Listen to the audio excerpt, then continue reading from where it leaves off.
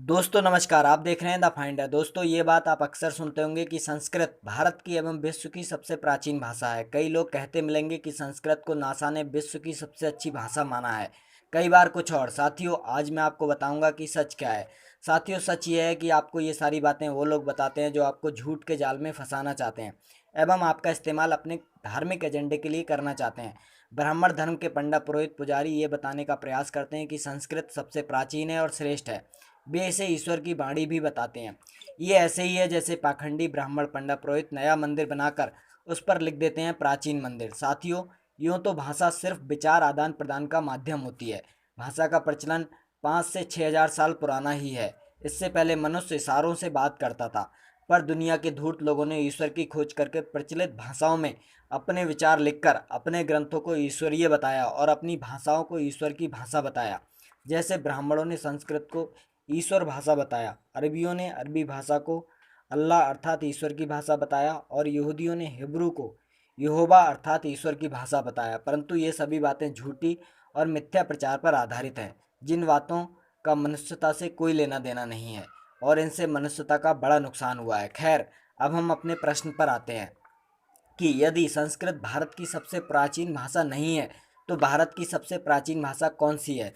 दोस्तों भारत की सबसे प्राचीन भाषा संस्कृत नहीं प्राकृत है। प्राकृत का अर्थ होता है प्राकृतिक भाषा, जन भाषा।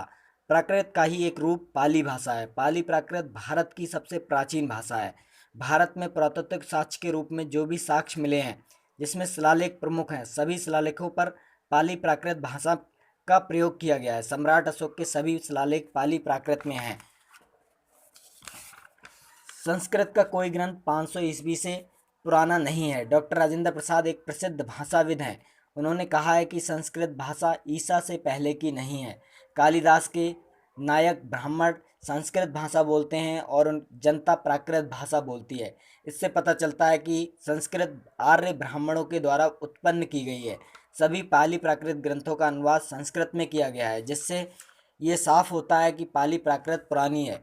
इतिहास का अवलोकन करने पर पता चलता है कि संस्कृत भारत के किसी भी क्षेत्र की भाषा नहीं रही है, अर्थात संस्कृत का कोई भौगोलिक क्षेत्र नहीं है और जिस भाषा का कोई भौगोलिक क्षेत्र ना हो उसे उस क्षेत्र की भाषा मानना कठिन है। इससे पता चलता है कि संस्कृत एक निर्मित भाषा है और बहुत नई भाषा है। यदि वैज्ञानिक ऐतिहासिक साक्ष्यों के आधार पर तिथिबद्ध अध्ययन किया जाए तो साफ होता है कि संस्कृत प्राचीन नहीं, पाली प्राकृत प्राचीन है।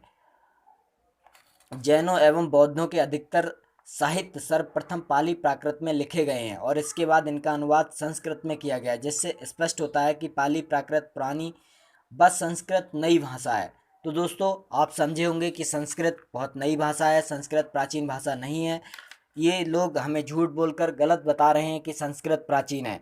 दोस्तों आप स्वयं इतिहास का अवलोकन करें, पढ़ें ठीक से, तो आप समझ सकते हैं कि पाली प्राकृत प्राचीन भाषा है और बौद्ध और जैन धर्म पुराने धर्म हैं। दोस्तों द फाइंडर को देखते रहिए, हम आपको इस तरह के वीडियोज़ लाकर देते रहेंगे। बहुत बहुत धन्यवाद।